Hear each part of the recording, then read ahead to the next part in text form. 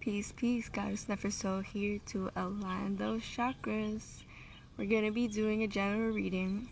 I had to reboot because my phone was overheating, had to move. But we're going to start off with some sound healing, and then we're going to move into some cards. Thank you for joining. I hope that this, we should call transmission, helps you, heals you, and brings you grounding.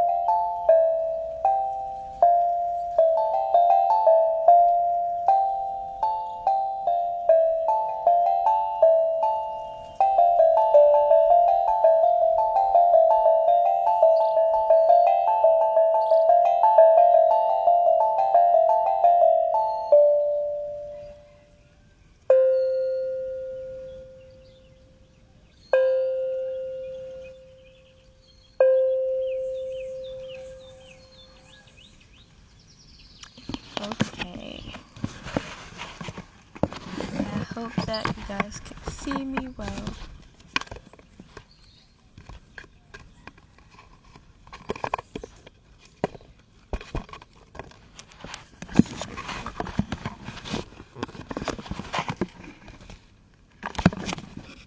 There we go. Okay. Now let's pull some cards. If you did join in late, I will be saving this live, so hopefully that my phone does not overheat again. It's gonna rain, so it's pretty humid. Alright, what do we need to tell the collective?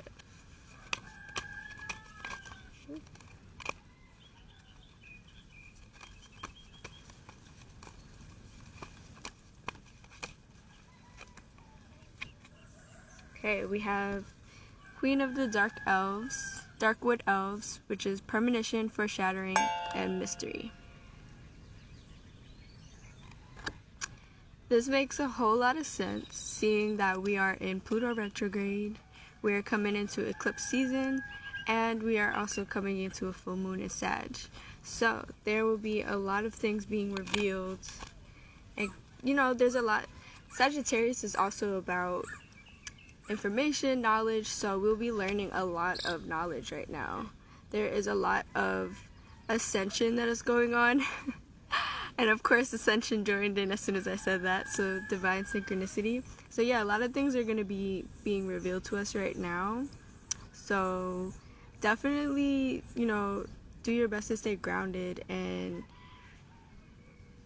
just be receptive, because there's a lot of things that is being revealed to us for us to level up, for us to learn more, for us to ascend again into our higher self. Sagittarius is also about travel. So I've been seeing a lot of people traveling, a lot of people, taking themselves to new places and just being able to have amazing experiences. So this is definitely a time where, a lot of relationships are going to come to a surprise. There's going to be a lot of shifts and changes, because again, we are starting eclipse season, and the eclipse energy lasts for 6 months. So the next couple months is going to be a lot of change, a lot of things being revealed. Let's also see what else we have.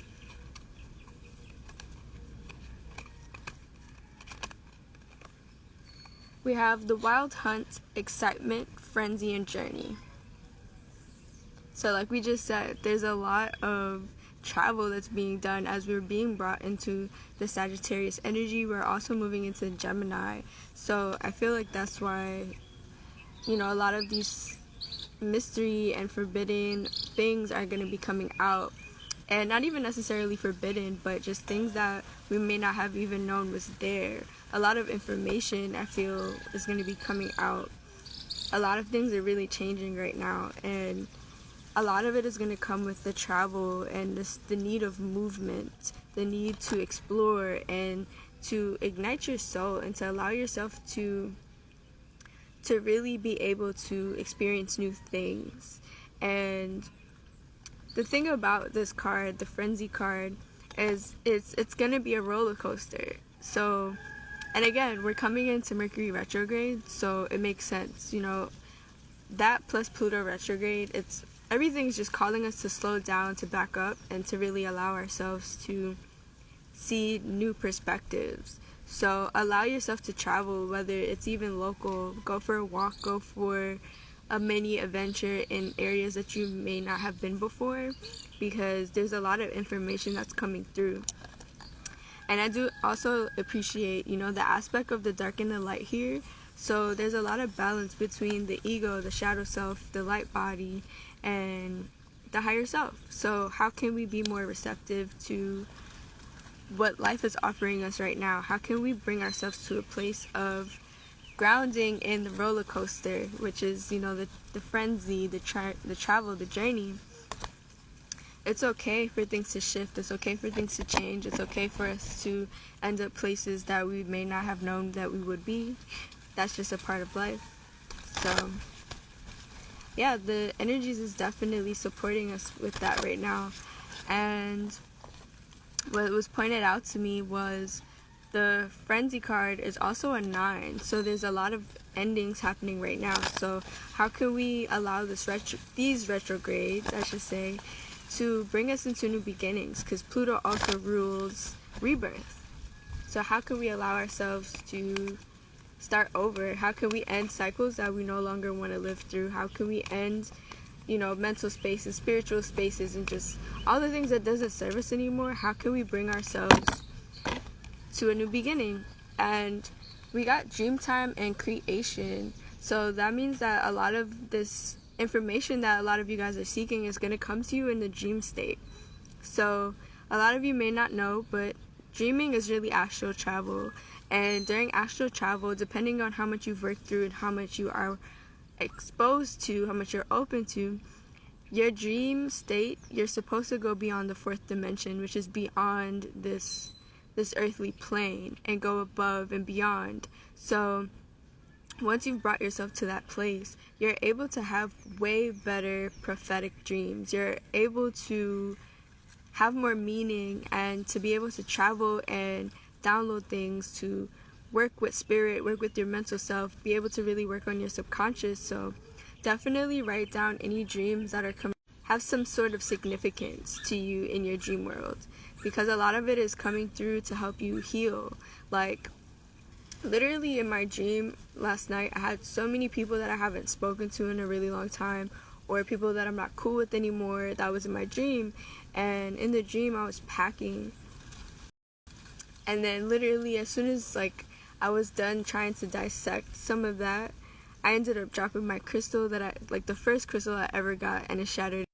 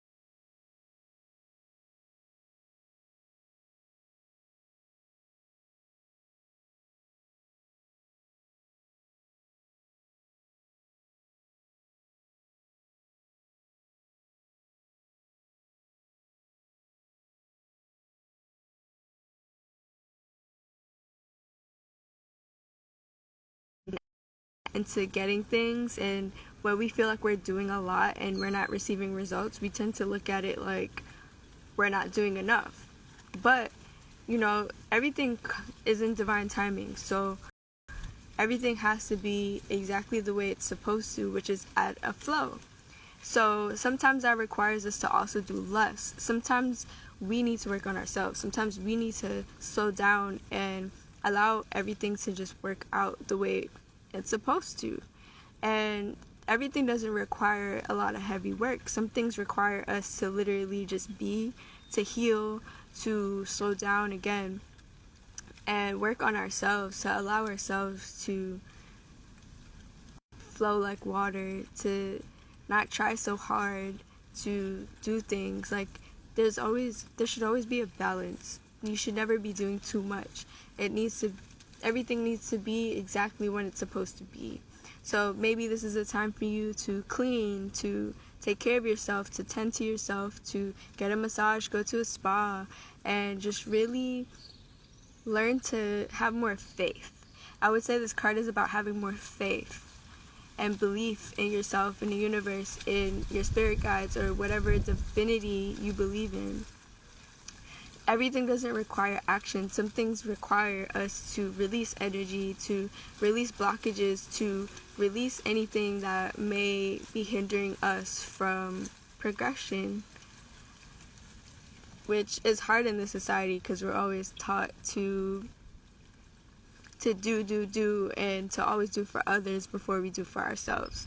So let this card be a reminder that you need to also do for yourself. How can you replenish yourself? How can you do for you? Just because you're waiting on manifestations doesn't mean that you can't relax either. There's always a pressure on us to get things done, but there's never enough pressure on us to be good to ourselves. So how can you be less hard on yourself this week? How can you be more mindful? How can you be more understanding with yourself this week? Now let's see what Ganesha has to say. Oh. Revelation. And this card is a 15, which is a 6, which is all about the feminine energy, the female love, the female nurturing aspect of ourselves. How can we be more open to changes, to shifts, to new information, to new things coming to us? Because the universe is trying to give us new messages, it's trying to take us to new paths and reveal things that can help us relax more, be more grounded, and to be able to be more mindful with ourselves, which is so important. We always beat ourselves up when we cannot, or when we feel like we cannot reach our goals. But you can't rush anything. Just because you planted a seed doesn't mean that the plant will grow tomorrow, or that the plant would bear fruit tomorrow or today. Things take time, so how can you treat yourself more like a seed and be more nurturing and be more understanding with your process? Just because you didn't get to your goals yet doesn't mean that you won't. And I feel like that's what this full moon in Sagittarius is going to show us. That sometimes, you could feel like you're moving around a lot and that you're not reaching your goals, but sometimes you need to expand your perspective. And in order to really expand your perspective, you really need to travel, you need to talk to people, you need to see other perspectives outside of yourself. We also got 2 more cards that came out, which is generosity, and this card is the 10, which is all about new beginnings. So all this energy, all these shifts, all these planetary alignments are trying to help us literally start over, but we have some cycles that we need to end first. So what cycles can you end in order to create more grounding for yourself, more trust in your path, more trust in your own choices? How can you put yourself in a better position to be more accepting of your path? How can you stop beating yourself up and understand that everything that you've gone through is for a purpose? Everything that you've been through serves a purpose. How can you be more mindful with your purpose? How can you be more mindful with the path that the universe is taking you on? It's not meant for us to know everything all the time. It's not meant for us to just do things and for it to happen, because then it would be too easy. Things can't always be easy. It has to be balanced, which everything requires time for it to come into fruition. Like we said, you can't just plant something and then see it come. So how can we be more patient? And it's through the heart chakra, which is what we also pull. It's capacity to love, to allow more love to come through, even when you feel like that's not what's being shown to you, that's not what's being given to you, that's not the path that you're on. How can you be more compassionate with yourself and with others to allow things to just be? Yes, we set goals. Yes, we expect them to happen. Yes, we put all this energy into them happening. But a huge part of manifesting is also trust, having faith, and knowing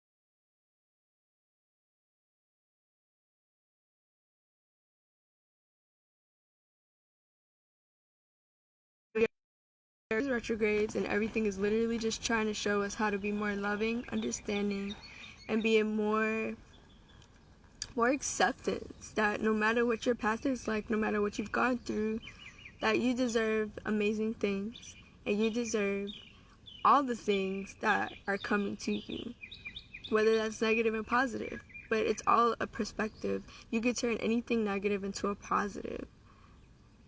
So how can we be more optimistic? How can we be more accepting? How can we be more loving in our experience and give ourselves the love we deserve, whether it is coming from the universe or not?